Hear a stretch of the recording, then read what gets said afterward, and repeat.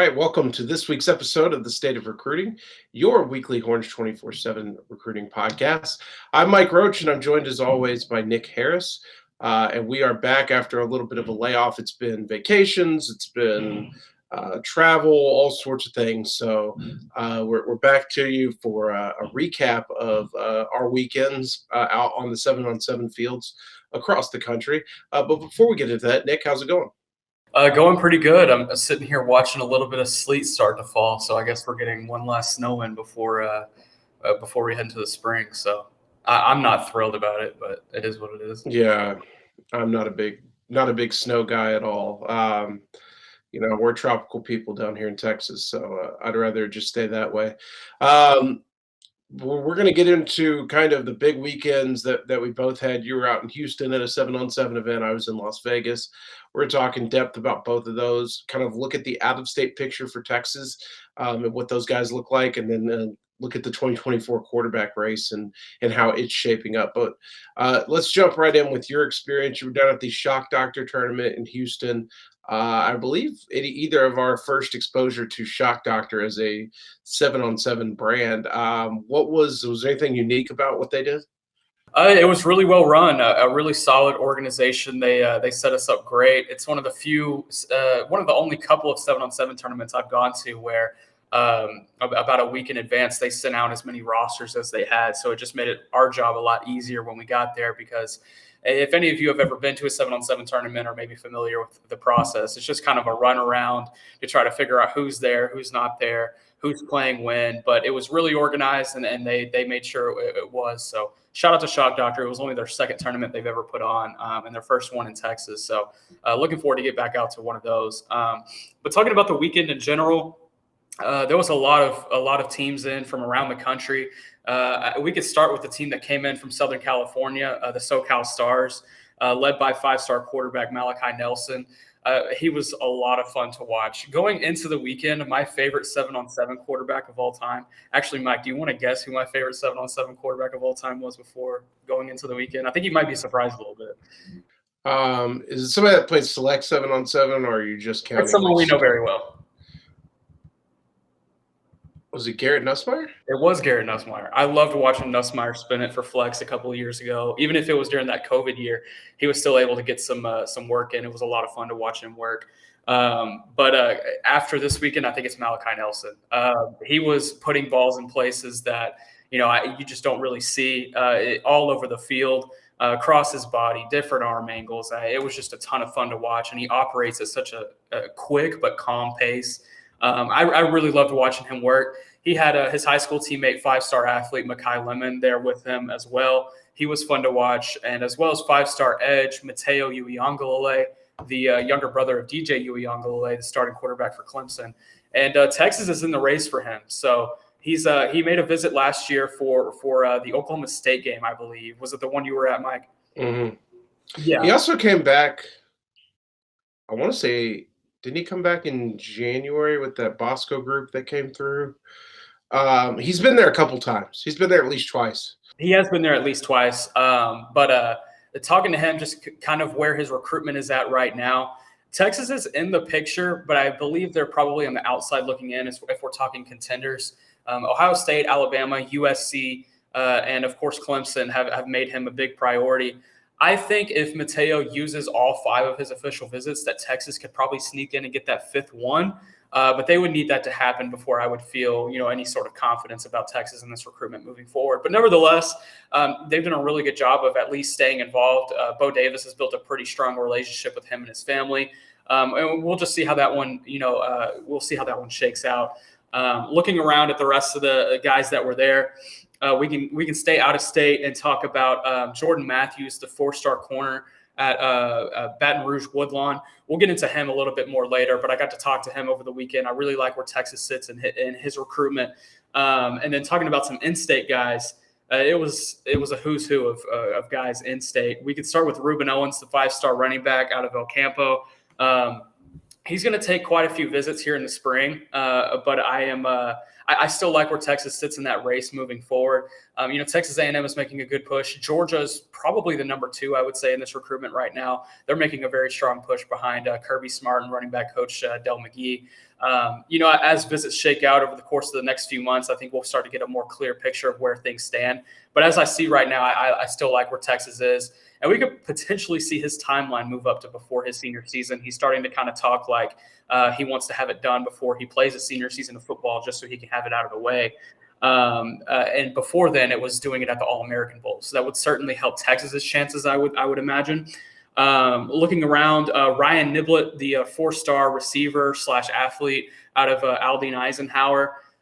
He left Texas out of his top schools list. I believe that was earlier this month. And that kind of left some Texas fans surprised, and it even surprised me a little bit. I figured Texas would at least be in that grouping just because I believe they were only his second or third offer. But they didn't make that list. But since then, he's re-added them to his top schools list, and he's starting to talk to Brennan Marion a ton more. And when I asked him about why, they were left off initially and, why they were re-added, he was like, man, I just forgot them whenever I did my edit. So take that for what you will. But nevertheless, Texas is still in the race moving forward. He hasn't taken any visits really at all. So he's going to take a visit to Alabama on March 5th. He'll get out to Texas this spring, and we'll start to see some things really shake out once those visits get going. Let's see. DJ Lagway, this is another one we'll get into probably later. But the 2024 quarterback out of Willis is starting to really emerge as a fun 2024 quarterback here in the state of Texas. Dylan Rayola moving to Arizona, I would probably say that Lagway is probably my favorite 2024 signal caller in the state right now. He's improving every single time I see him. I've seen him 4 times now, and every time I see him, there's just a different layer that he's added or something that he's improved on. And he was doing that once again for Fast Houston this past weekend. Really like where his development is at right now, and he's staying in communication with Texas despite not holding an offer. So that's definitely one to keep an eye on. Braylon James, 4-star receiver out of Del Valley. And we could pair this one with Mikhail Harrison Pilot, the 4-star receiver out of Temple as well, or 4-star athlete, excuse me. Both of those guys probably have Texas on the outside looking in, probably in the 4th or 5th, I would say. With both of those recruits, Notre Dame is doing a solid job. Stanford is doing a solid job. Houston is doing a really good job for Harrison Pilot. So Texas probably has a little bit more work to do with those a couple of local prospects. And then let's see, we can wrap on Cadaveon Dotson, who is a 4-star safety, 2024 out of Duncanville. This is a guy I think me and Mike talked about so much during the season, and then he finally landed an offer during the Junior Day visit in January.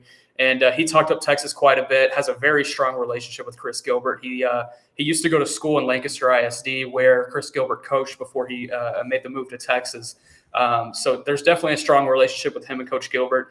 And I think that'll really help Texas down the road in that recruitment. Why don't you also speak on our young child, Andrew Marsh, who you and I found at the All-American Combine, and it sounds like he torched the competition this weekend. Yeah, I would love to give a little bit of context to Andrew Marsh as well. So me and Mike during the National Combine in San Antonio during All-American Bowl week, the National Combine is just a hodgepodge of random recruits from across the country, and even some international recruits come in. And there's about, 300 to 400 on the field at one time. So it's really just trying to find a needle in a haystack. And we were watching some one-on-ones between receivers and DBs. And there was this kid with a little blonde patch in his hair, just tearing up DBs in all age groups. And we pulled him to the side and basically said, "Who are you?" And he's a 2025 wide receiver, Andrew Marsh, out of Katy, Jordan, one of the newer schools in Katy ISD. And I believe we had him as the receiver MVP at the end of the day on 24/7 Sports. I know he made our all-combine team. But he's now playing 7-on-7 with Reuben Owens' team, the Texas Stars, and he was once again pretty good. He made a really acrobatic one-handed catch in the semifinal against the SoCal Stars that blew up on Twitter. I think his time is definitely going to be coming. He still is young. He still has some physical development to go through, but nevertheless, I think he's going to be one of the more fun options in the 2025 class. But talking about the Texas Stars reminded me that I missed one. Taishan Wilson, the corner out of Katy Maid Creek. He was once again a lot of fun. He's just really he's locked down, and despite being 5'9", he's still really physical. He makes it really difficult for receivers, and he closes really fast. He had a play on Mateo Uiagalelei in the semifinal where he just jumped up and batted the ball out of the air, and there wasn't many corners that were able to do that throughout the weekend. So I like where his development is going, and Texas is in a good spot with him as well as Baylor. So we'll see how that one shakes out down the road. Malachi Nelson, that's a day one Mike Roach guy. And his dad made sure I knew that too throughout the weekend. It was awesome. I always laugh just because I randomly met that kid when he was in 8th grade at a Tom Herman, California camp, and was like, hey, this is the best quarterback here, and he's in 8th grade. And so Malachi's always kind of remembered that. And so every time I see him, it's we have a good laugh about it. All right. Well, Nick, you had a loaded group. I had a loaded group out in Las Vegas for Battle 7-on-7. Went out there with the other members of the 24/7 Sports National Team, Brandon Huffman and Chris Singletary and Blair Angulo. And we had a good weekend. I mean, it was at its hottest, it probably got to about 78 or 79 and, only got down to about 50. So it was really good weather.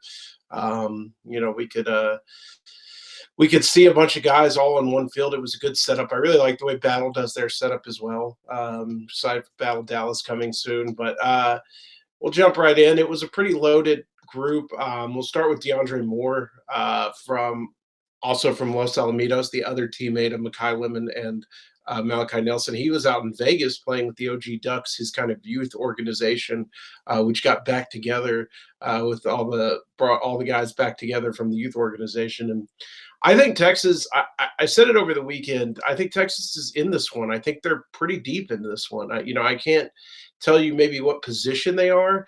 They're in the top 5.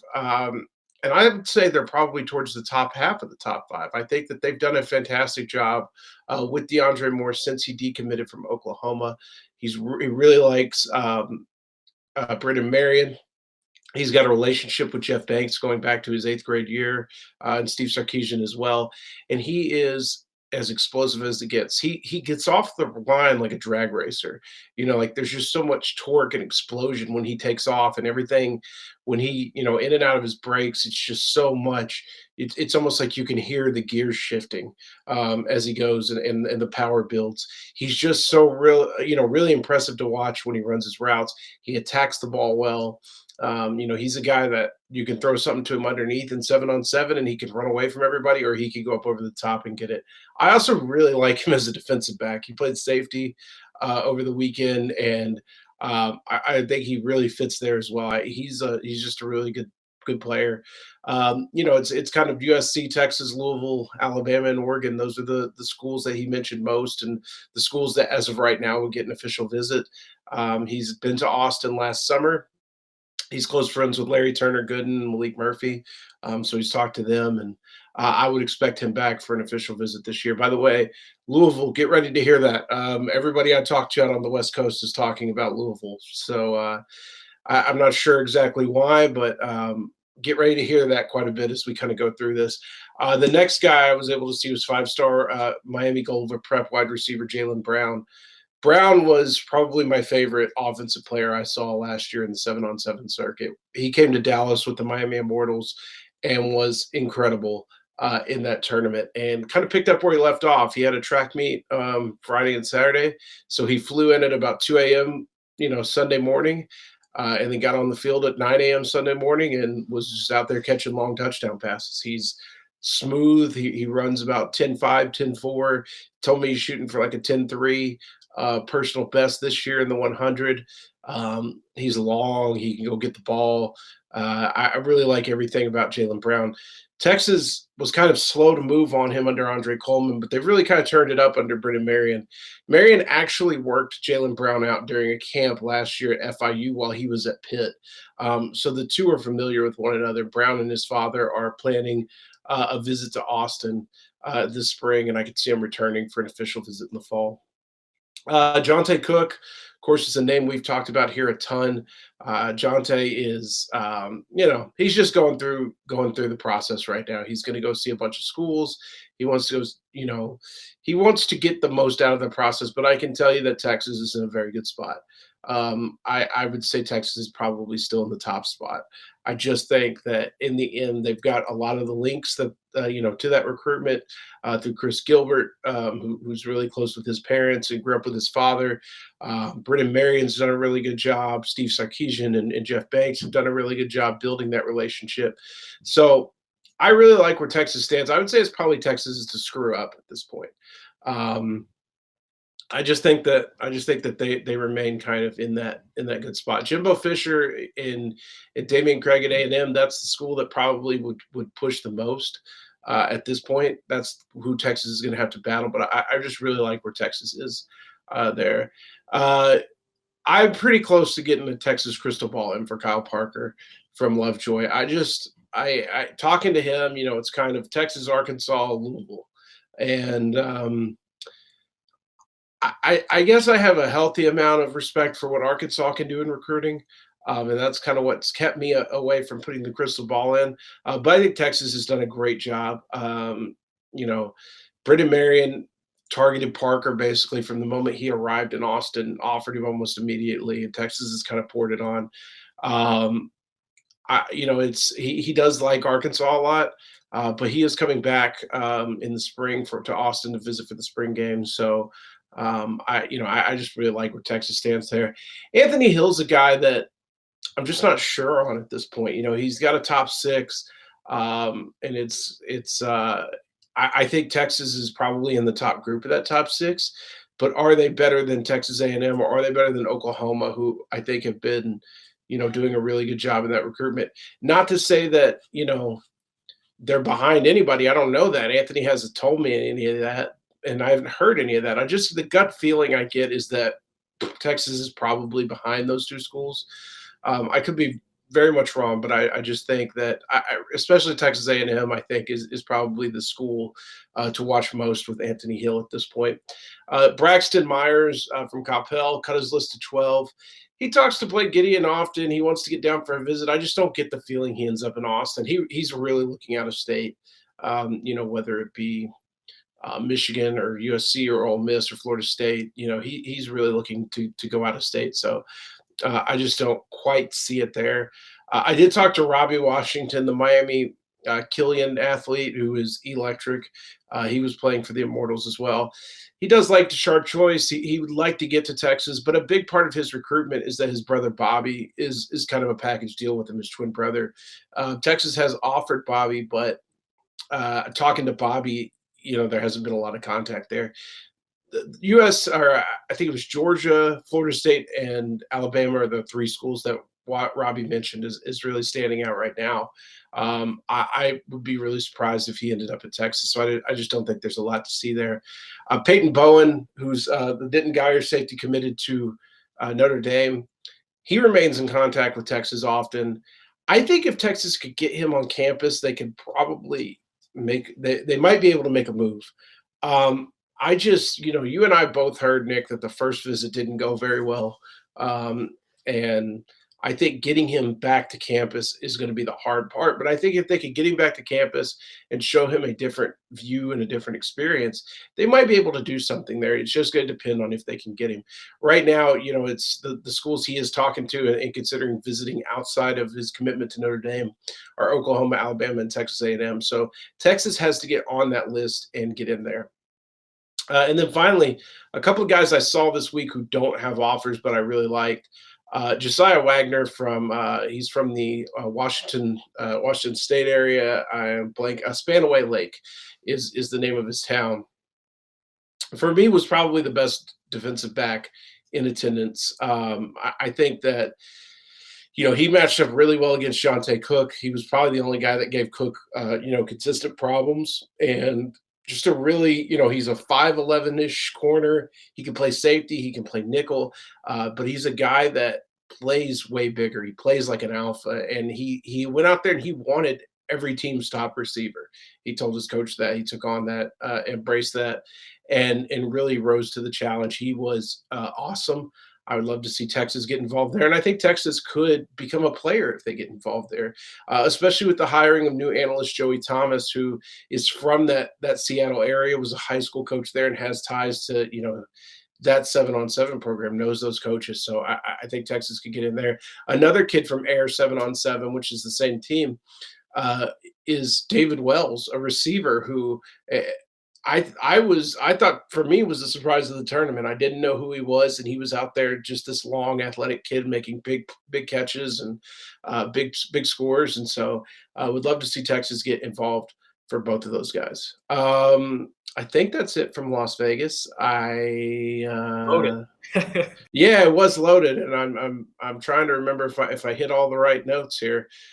We ate some good food, had some great tacos, of course, at Tacos El Gordo, the greatest taco spot on the planet, and it was a good trip overall. Nick, let's jump kind of into the out of state picture, because we've talked about a lot of out of state guys. I guess I would say, who are 2 or 3 out of state guys that you could see being serious contenders to land in this class? While you were talking, I was going through the offer list, and I made a list of about 13 guys that are out of state that I could see, at least Texas being a contender for. But if I wanted to whittle it down to probably 2 or 3, I'm definitely looking at Jordan Matthews, the 4-star corner out of Baton Rouge Woodlawn. Texas has done a phenomenal job with him. He's already been on campus 3 times. He has family connections to Terry Joseph and his family being from Louisiana. So his relationship with him is really strong, as well as Steve Sarkisian. So Texas is doing a really good job with him. Talking to him over the weekend, he wants to get back. He wants to use an official on Texas. But the chief competitor will probably be Texas A&M. That's another spot he's taken 3 visits to. He's really tight with corners coach TJ Rushing. But nevertheless, I think Texas is probably 1 or 2 in that race. LSU has yet to reoffer under the new staff, but if they were, I'm sure they would jump into that top 3 picture as well. But I really like where Texas sits with Jordan Matthews moving forward. Looking down this list, you could look at Jaleel Mcclain, and that was one you saw over the weekend too, right, Mike? Yeah, I did see Jaleel. He did talk Texas up quite a bit. Actually, as we're recording this, there will be a story dropping today at noon from Jaleel on his comments, but has been to Texas a bunch of times. His mother's from Texas originally, and he basically said, my mom wants me at Texas. So we'll kind of see how that plays out at the receiver numbers. But yeah, I could see him definitely being in the fold. Looking at some other guys, Rico Flores, 4-star receiver out of California. Folsom, California, I believe. He just dropped a top 5 yesterday that has Texas in that picture. We'll catch up with him soon, but I could see him definitely returning to Austin during the spring. Javen Simkins, 4-star running back out of Florida. This is one that was committed to Tashard Choice at Georgia Tech. Whenever Choice was at Georgia Tech, decommitted before Choice left, and has still been in heavy communication with Tashard Choice. If Texas decides they want to, really pursue him, I think that would be, definitely an option to have. Makari Vickers, the 4-star safety out of Jacksonville. It's either Jacksonville or Tallahassee. He's from somewhere in North Florida. Tallahassee. It's Tallahassee. Okay. 4-star safety out of Tallahassee. He's been in contact with Tashard Choice a ton, and Choice was the reason that Vickers made it to Austin for Junior Day back in January. So that's definitely one to watch moving forward. Rodney Gallagher, 4-star athlete out of Pennsylvania, is somebody that Brennan Marion struck up a strong relationship with from his time at Pitt, and that has definitely carried over to his time at Texas. I'm curious to see if Rodney makes it to Austin during the spring. If they're able to get him on campus, then certainly Texas will be in the picture there. And then looking at a couple other guys, we could look at Leona Leafow. We've talked about him a ton. Tassili Akana, Mike probably has more on that one. Yeah, talking to Tassili's dad, they always profess a lot of interest. I'd like to see him get back for another visit this spring or summer, and then in addition to that, an official visit before I'd feel really good. I agree. Also, Roderick Pleasant, was that someone you saw over the weekend? I talked to Roderick. So he was at Pylon in Las Vegas, which was at another site. We didn't get to go, but Roderick said he is planning a visit. Actually, a couple Sarah guys are planning a visit. I talked to a bunch of guys, a bunch of friends I met when I went to go see Malik Murphy last year. Younger players on the Sarah team, guys that I really liked: Roderick Pleasant, Jason Mitchell. Those guys and their running back, whose name escapes me, Sincere something. Um, those guys are all planning a visit in the spring to Austin to come see their big brother Malik. So I think Texas could get in it with Pleasant.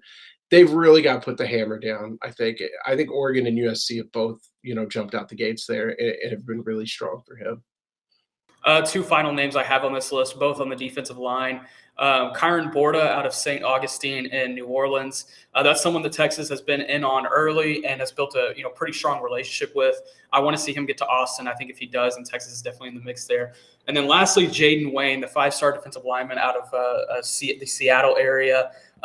He talks up a ton of schools if you talk to him in person or if you get him on the phone for an interview. But Texas has definitely kind of always been in the mix just because of his relationship with Pete Kwiatkowski. And I think having Joey Thomas on staff now as well could potentially help with that. Mike, do you have any perspective on that one?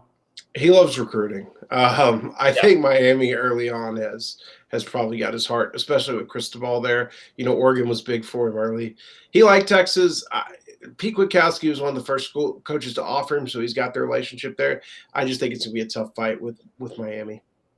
Yeah, absolutely. And then that was all the names I had on that list. Obviously, guys like Arch Manning and Will Randall at Isidore Newman, those are two guys that Texas is obviously very looking at other guys. Yeah, I would definitely put both those guys in, and I think we need to mention them before everybody freaks out if they hear this. Why didn't you mention Arch? Yeah. The other one that I just talked about, Deandre Moore. I think Deandre Moore is an out-of-state kid that Texas is definitely in on, and probably one that's going to punch my ticket for another flight out west sometime this fall or spring to go see LA and go see him. And I would say Jaylen Brown could be in that conversation, depending on how his visit goes once he gets down in the spring. I think that Texas has been a school that's kind of always intrigued him. He is a high academic kid, so they can push the academic angle. And I think he could be a guy. I don't think he's there yet, but I think he could be. Before we get out of here, Nick, let's talk a little bit about the 2024 quarterback picture. You and I are both with big notes on 2024 quarterbacks from this weekend. Why don't you go first with what you've got on DJ Lagway? Yeah, absolutely. So I mentioned him a little bit earlier, the 2024 quarterback out of Willis, DJ Lagway, the son of a former Baylor defensive lineman, but has picked up offers from Alabama, Penn State, Texas A&M, and some other major programs over the course of the last few months. And Texas had him on campus for their junior day event back in June.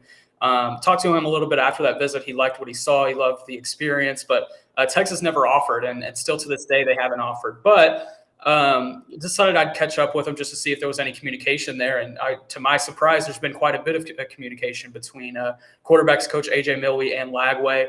Lagway explained Milwee is one of the best coach relationships that he has in his entire recruitment process, just because Milwee is somebody who was talking to him earlier than pretty much anybody. So that's definitely something to watch there, especially with now with Rayola being in Arizona, there's no in-state 2024 quarterback offers in the picture. And we've talked about it a ton, Mike, but Steve Sarkisian coming in the 2022 class, grabbing Malik Murphy. The 2023 class, if everything goes to plan, then let's say they get Arch. Then in the 2024 class, that would be the third class that he would have, and still no in-state quarterback. So does he offer Lagway? Does he offer a different 2024 in-state quarterback? That's kind of the question now with Rayola out of state.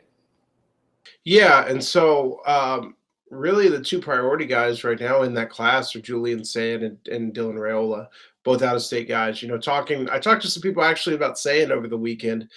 I think Texas will remain in that race for a while, but I really think from talking to people, it sounds like it may be USC's to lose, especially now with Lincoln Riley there. I think Sayan's just kind of always grown up in that Southern California area. USC's been a big school now with a guy like Riley and his ability to develop quarterbacks. I think that they may be in the race. And then for Dylan Rayola, not a lot has changed. I think people love to count Texas out of this one for some reason. And it's a lot of people that have really never talked to Dylan or anybody around him. It's people will just automatically say, "Oh, Texas isn't in it," and it's very few people get access to Dylan and the family. I'm one of them, so I understand that. They don't say the same things that people seem to perceive. I do think Texas is very much in it. I think it's like a foursome of Texas, Georgia, Alabama, Ohio State. If I had to guess, I think that he would probably stay in the southern half. So, and I think he's probably going to look a lot at what Arch Manning does, especially because he's involved with a couple of those schools. Nebraska's also in there. I just don't see Nebraska being able to close it at the end. But who knows in this day and age? I do think that Texas is still very much in the picture. Milwee talks to Rayola quite often. They are planning a trip back down sometime in the spring, so it's going to be interesting. It's an interesting quarterback picture for sure, and they've got to get that 23 quarterback picture figured out first. But I could see them kind of adopting maybe the old Lincoln Riley model of, we're going to get a big guy in 1 year. We may not take a guy the next year, and we'll take a guy the year after that, and kind of go every other year. And if we got to fill a hole, we'll fill it in the transfer portal. I could see that if they missed out on Arch Manning, just kind of, maybe foregoing and looking for depth somewhere else. Yeah, and I this brings up something. I'm going to go a little bit off script here, but if Texas were to miss on Arch Manning here in the 2023 class, I've been trying to rack my brain on some good Plan B options that they would be able to pivot to. I thought about Austin Novasad, the quarterback out of Dripping Springs, who's already committed to Baylor. But I talked to him over the weekend. Seems really locked in with Baylor. I think even if Texas wanted to come into that race, it'd be tough to kind of pull him away. So, what are some Plan B options that you could probably see happen, Mike? Oh, man, the one I really liked is Jaden Rashada, who I saw over the weekend from Pittsburgh, California. But Texas just hasn't been able to get involved. And, talking to Rashada, he mentioned that like 4 or 5 schools have told him, you're number 2 on our board, but we're just waiting to see what Arch Manning does. He's a kid I really liked watching throw the ball. I don't know that there are a lot of great options. The state of Texas is not stacked at quarterback in 2023. I'm not sure that there is an automatic, let's go get this option if we miss on Arch Manning. The only thing you could do is maybe go after a guy like Bo Edmondson from Lake Travis. And I think even Edmondson would be like a program guy. Like the plan would be, we're gonna basically try to recruit over you in the next year. Maybe you'll stay around and be like a career backup. But I just don't feel like there's a top tier level guy for them. If they miss on Arch, they'd probably have to go out of state and find, the random out of state guy, most likely. Yeah. So who knows? All right. Anything else you want to go over from the weekend, Nick? No, I think that's about it. It was a loaded weekend for both of us, and it was good to get back out to a really well-run 7-on-7 tournament and have some fun with it. It was a blast this past weekend. Yeah, it'll be a big month for that this next month. A ton of 7-on-7 in Dallas and Texas in general. So we'll kind of see how that all breaks out. All right. We appreciate you guys for listening. We appreciate you guys for following along, for playing along. Thank you to Taylor Estes for producing this. For Nick Harris, I'm Mike Roach. We will see you guys next week.